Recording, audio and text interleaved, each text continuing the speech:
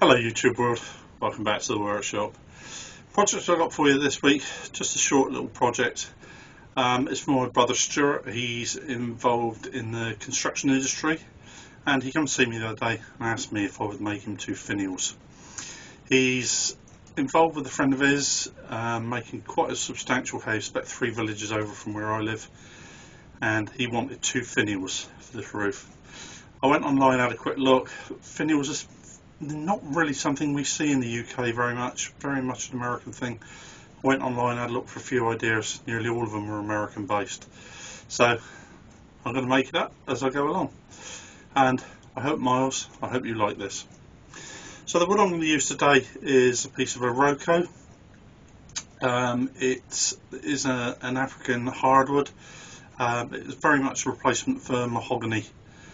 Once mahogany got put on the CITES list and pretty much got banned everywhere. It is a sustainable wood, very hard wearing, very good for outside to stand the weather. So first thing I'm going to do, get and chop this on the bandsaw and you see what I do. So there's a piece of wood I'm going to use.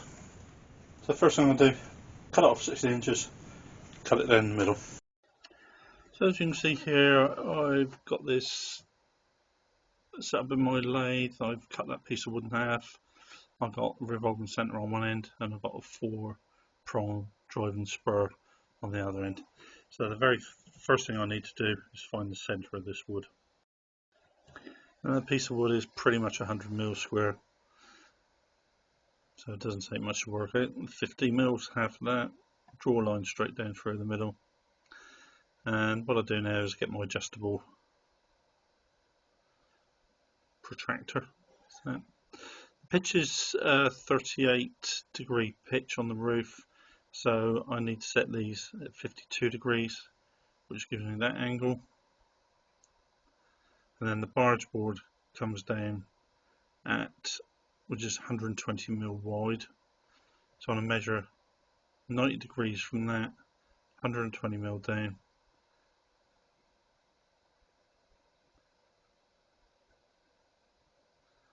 And then that will give me exactly where the next piece of angle that will be cut. So that top angle will go up underneath the apex of the roof. The bottom line will fit up snug against the barge board. So that's as far as my finial needs to go. So I'll just square this all the way around. So I should not be turning it anywhere past that point.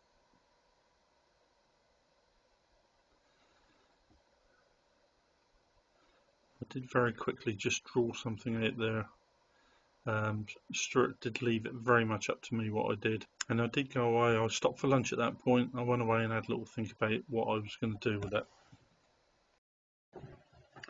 Now this was a shape that I came up with. I thought it looked quite nice. I sent it off to Stuart. He said he quite liked it. Now I did think at one point that if I cut that out the shape I wanted, drew round it, as the lathe spun, that would give me the outline, but that didn't work, because obviously as I turn it down I turn those lines away. But I used it as my copy plate and I worked to that, and it did work very well. So now to start turning. Where I'm working at the moment on the left of the screen there, that will be the points of the finial.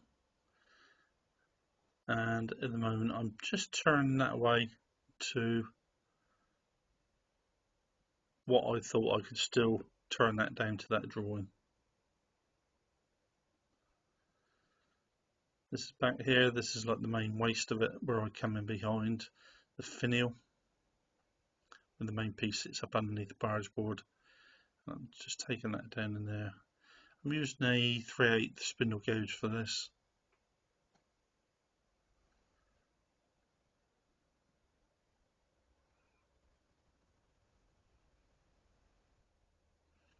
As you can see, that's pretty much following that drawing still.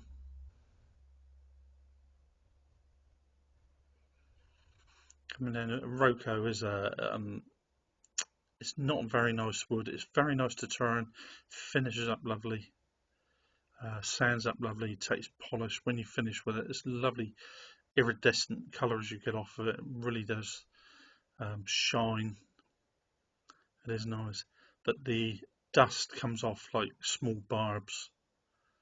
A lot of wood turners call it a choco. If you get that stuck in your throat, you know about it. So at this point, I had my mask on, the respirator, and I also had, I've just made myself a air filtration system. I have an old cooker hood and some filters, and it does seem to be working very well. It's just quite noisy, but as I say, it does work exceptionally well. I'm very pleased with it. The air quality in my workshop is a lot better with that going. So now I'm just really concentrating on the teardrop shape at the end of the finial.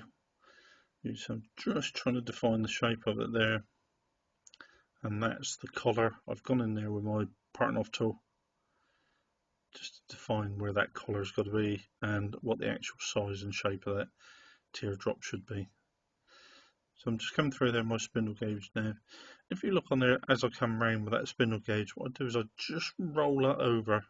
As I'm coming down through, just roll the spindle gauge over, and that automatically gives you that nice curve. Rather than pushing it through and getting a straight line, you get a lovely curve on there. So I'm just roughing some of this wood away, just to give myself a little bit of room to work in there. There's a lot of wood on there I don't need. Just coming through, defining the back of that teardrop there.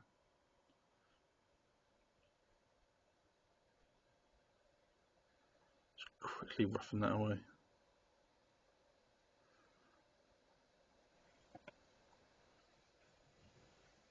And that there's starting to give you a better idea of how the end of that finial is going to look.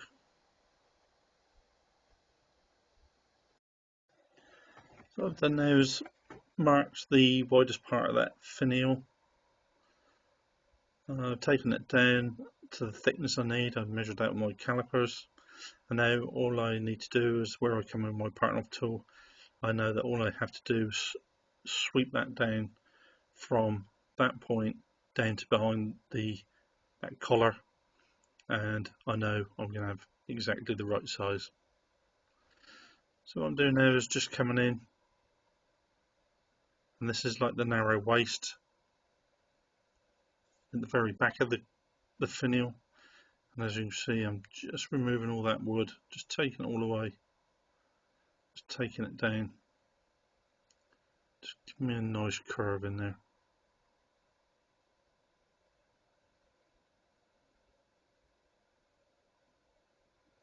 Just a very nice shape, it's very sweeping movements, so you get a very smooth transition from one shape to another.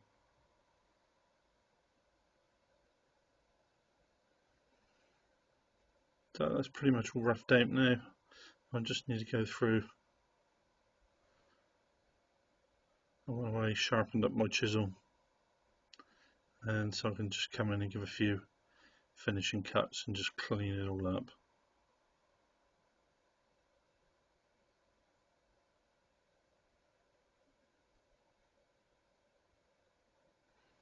Just something very satisfying about making stuff like this.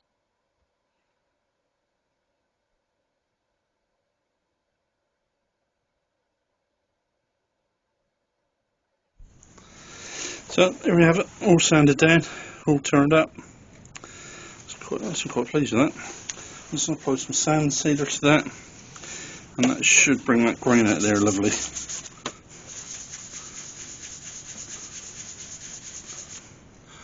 Beautiful grain coming out of there. Well, I do believe that's going to be painted, so even though that grain won't show, I guess if it's painted it'll last a lot longer.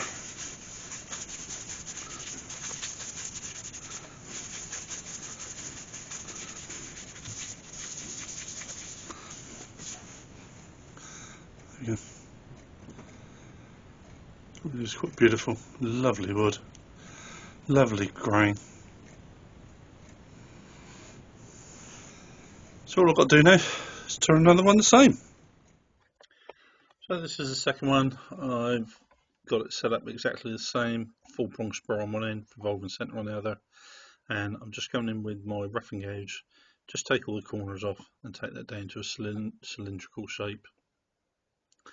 You can see why they call that roughing gauge. That does take that way exceptionally quick. So I'm almost there now, and then I can get to start shaping the finial. What I've done now is I've offered up the one that I turned previously, and what I'm doing is just marking the high points and the low points, so that I'm going through with my parting off gauge, my calipers, and go through and mark them.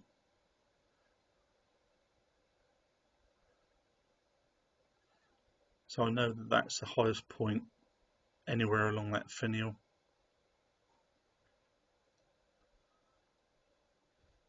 What I've done with those calipers, I've just gone in and I've just grained the ends off of that, so that when I'm holding it up against the wood, they don't dig in.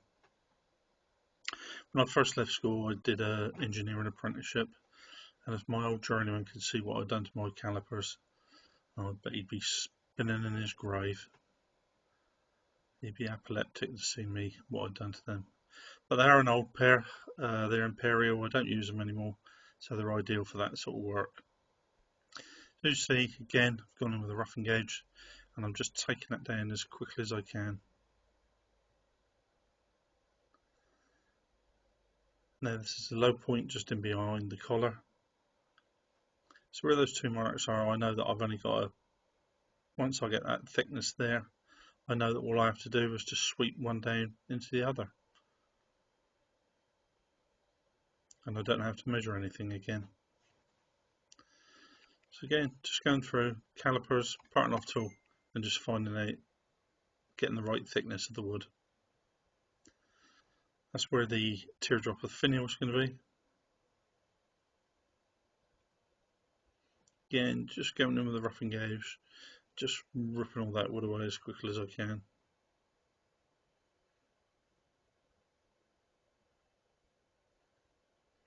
Just marking the collar, making sure that's in the right place.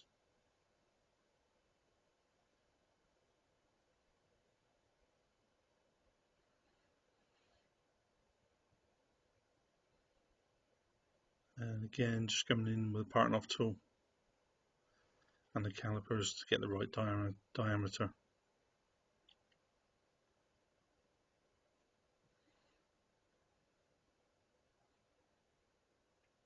So as you see now, that is starting to take shape.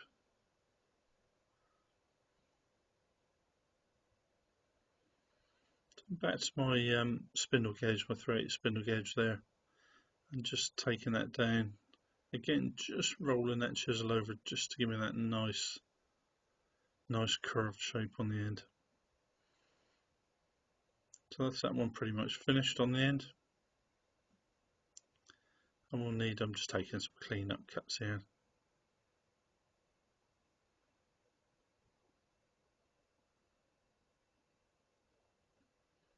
Now, as I said, all I need to do is just, I've got the highest point, I've got the lowest point, and I really just need to go through and just join the two of them together.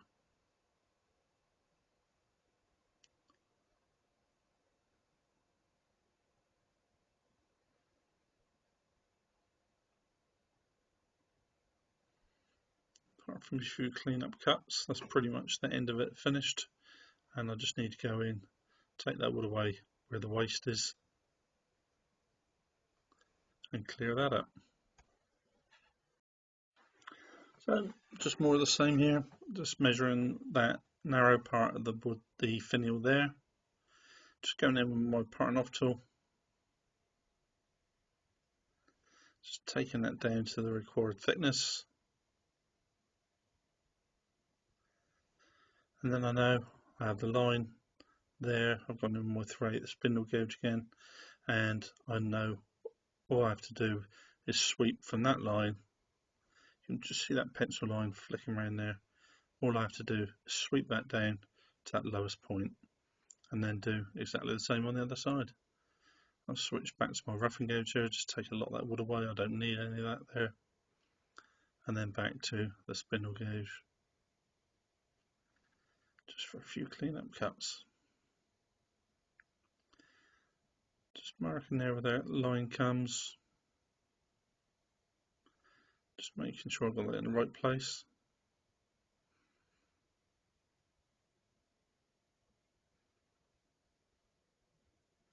Just gently curving that down in.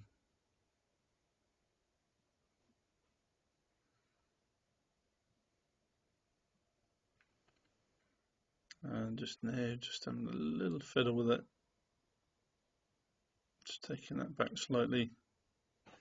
Just cleaning it all up, making a nice job of it. So sand it down to 400. Put the sand and sealer on that. Bring that grain in.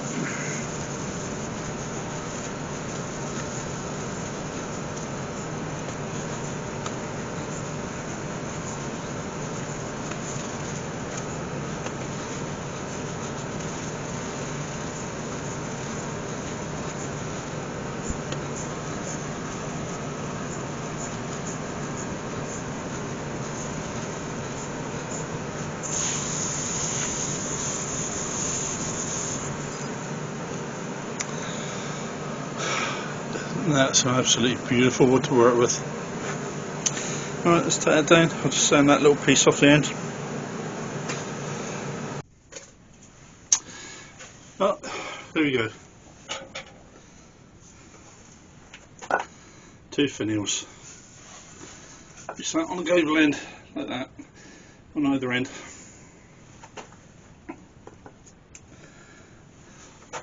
Not a bad project. I have to say the second one turned up a lot quicker than the first one. Well, I hope you like them, Miles. May they sit up on the end of your house for very many years to come, and perhaps that'll go a little way towards me repaying you for that day you come out and help me dig those footings on that bungalow. And as I remember, you ripped your hands to shreds, but you kept on going. I always admired you for that. Alright, well, thank you very much everybody for watching. I've been Steve Howe.